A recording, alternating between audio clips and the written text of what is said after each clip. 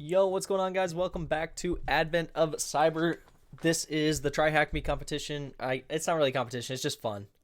So go ahead and check it out. You see my video from yesterday if you want. That shows how to guide and get involved. One thing I keep seeing a lot of people asking questions like, "When's the new box come out? When's day 2 come out? Wednesday?"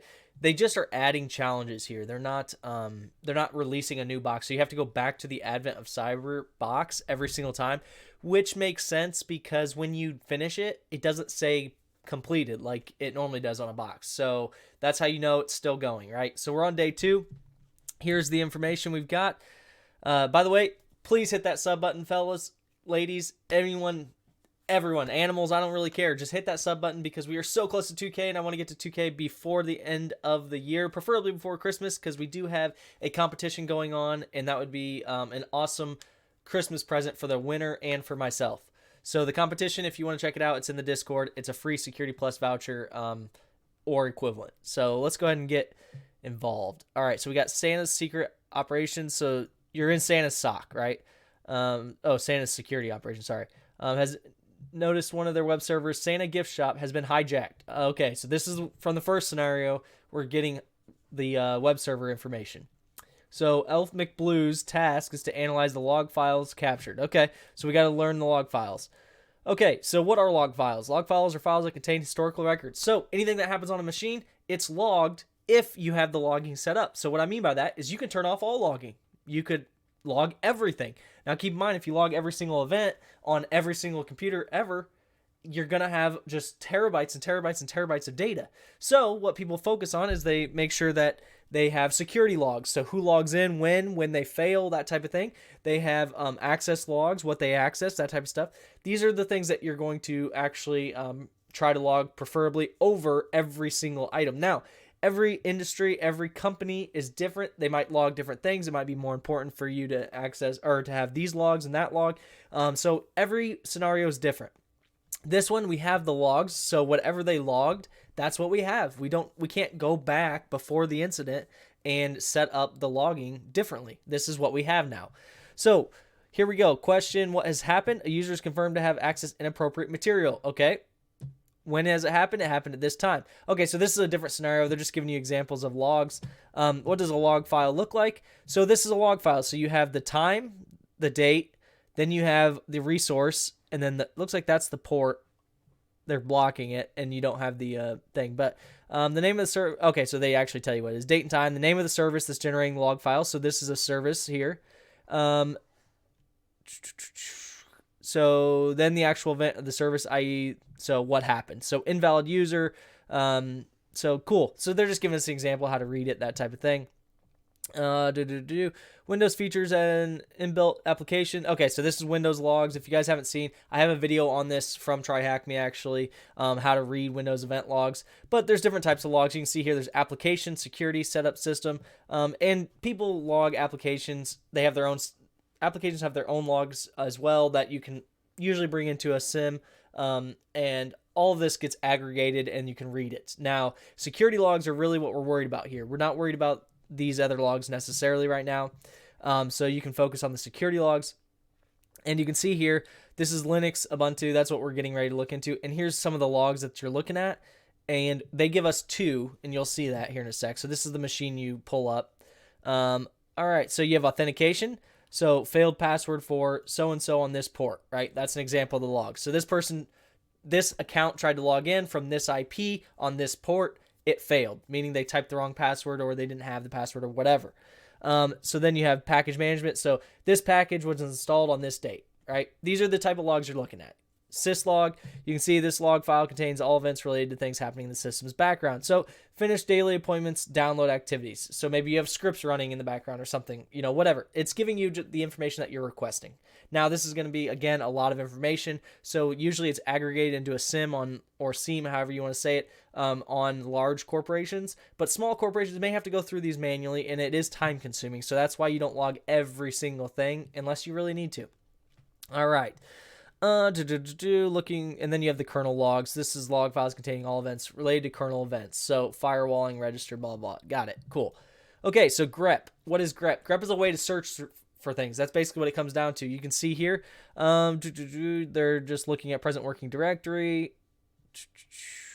Okay, ls. So ls lists things in that's how I always remember it. Ls list. It lists things in Linux. Okay, so they're listing where the server or where the logs are, right? Okay, cool. So it shows us what log files are here for us to look at. So if we hit ls here, you see we have 2 log files to look at, SSHD and web server. So perfect.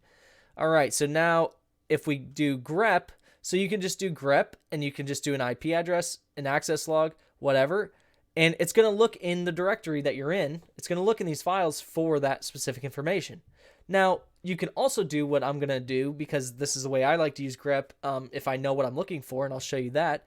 And by that, you can open the file and then grep inside, whereas you could grep just in general and get these files, but I already know what I'm looking for because it tells us. So I'll show you what I mean by that. Okay, so you can see grep option 1, if you put TAC I, it's case sensitive. So if you don't put that, it's not case sensitive is what they're saying. So, or I'm sorry, it's case sensitive by default, but it's TAC I is case insensitive. So what that means is if you don't put the TAC I, it's just going to search for that word, but it's going to be exactly how you typed it. So let's say you typed, your name, but you capitalized it at the beginning, and then in the file, your name's in there, but it's not capital. You're not going to find it unless you do the case insensitive. All right, so searches using regex, so regular expressions, that's pretty self-explanatory. Search recursively, so that's going to search the directory, everything in the directory.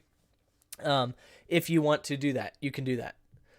So, all right, so here we go. We get into the questions. And the reason I ran through that real fast is because this is stuff that we've covered on the channel previously on some of the other TryHackMe boxes. So if you're curious about these specific log analysis and things like that, go back to some of my videos and look for the TryHackMe boxes because there's some that are specifically on logging. It's in the blue team path, I believe. So ensure you're connected. Okay, we ensured we're connected. Use the ls command. How many logs are present? So we did that. Now we have 2. So there's 2, right?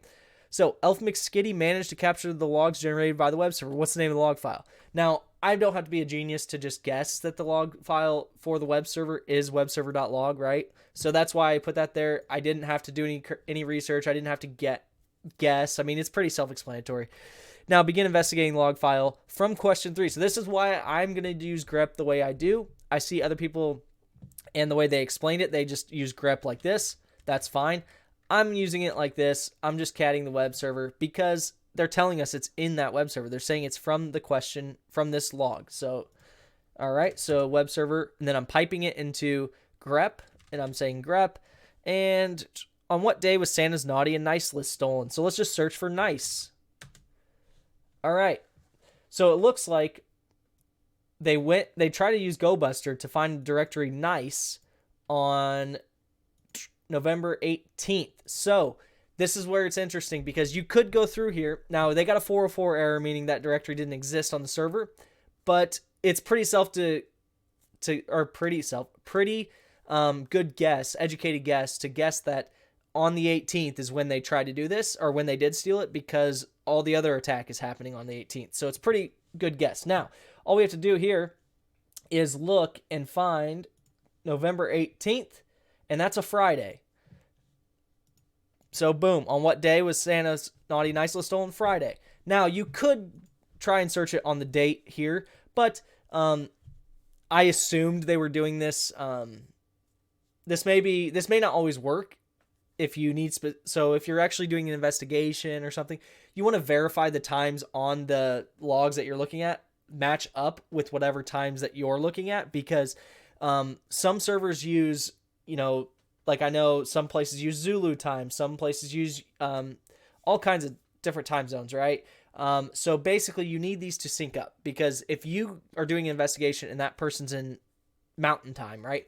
And you pull those logs from them, you say, okay, I'm going to do the investigation, and their logs are in mountain time, but you're in Eastern time and you don't think about it, your times won't match up. So you tell them, hey, at 4 p.m. this happened.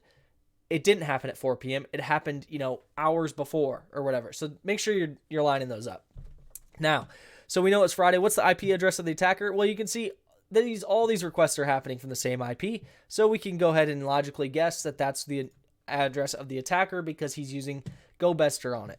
Okay, and if you don't know what GoBuster is, it's just a directory brute forcing attack tool. Basically, it's going to guess all of these. It's going to go down a list of predetermined list of directories and try and find them on the site, and it's going to return the ones that don't return a 404, return a 200 error or whatever to validate. So now, what is the name of the important list that the attacker stole from Santa? So this is pretty self-explanatory. You just do a little bit of search, and instead of searching for nice, we're looking for the name of the important list. So I just looked for Santa because it was stolen from Santa. Now this may take you may say, why'd you go straight for Santa? It's just a guess. I think you could go through this realistically, very slowly, methodically. You could go through and say, let's search for list, let's search for whatever. But it's safe to assume, and this is how your mind should kind of work, is if you look before I type this in, it's got a dot something, which means it's probably a dot text file because it's a list. So I could just grep for dot txt, and you're going to get a bunch, right? And then I could go through here and find it, right? I could do that. Excuse me. But if I just grep for Santa, you can see we get a lot less results. There's only, 20 here, whatever, 15. And you can see Santa's list.txt is right here. And here's where the key is. You notice they're using wget instead of GoBuster. Okay, cool. So let's go ahead and see, what is wget? That's a command to pull it. So we can say grep wget, okay? And you look, here's the key. Okay, so you can see, they're just showing the GoBuster. It's still on GoBuster, but it's the wget. That's fine. Doesn't matter. The point is you can search for just these if you wanted to. You could search for just the wget commands here, wget, and that's because it's case sensitive. So we want wget /1 dot. So we know what version they're using. .14. Now, I always put this in quotations. You don't have to, but I always do. Usually the quotations mean there's a special character or a space in there.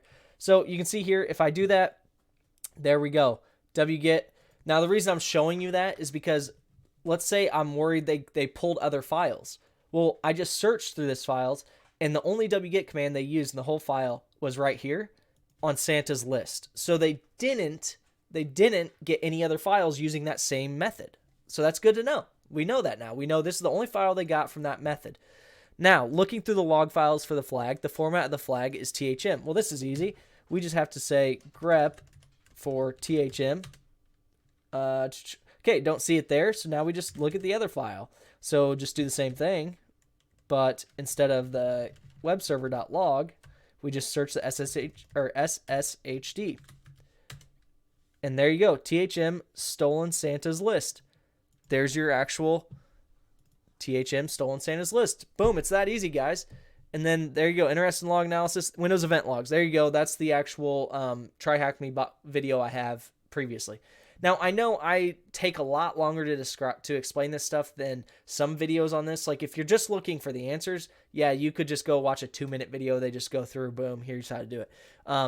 I do that on purpose because I want you guys to understand how to do this, how your mindset should be, the way I think of things, because it's not the same. Like, if I think of a method or a way that I look for things, it may not be the same the way that you look for it, and it doesn't mean that my way's better.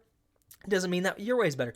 It means that we have different minds and different ways of thinking about things, and that's important because there might be things I miss that you find because your mind works differently, right? So it's always important to see other viewpoints, other perspectives, how other people do things, because it adds a little layer of complexity into your thinking when you go into these problems.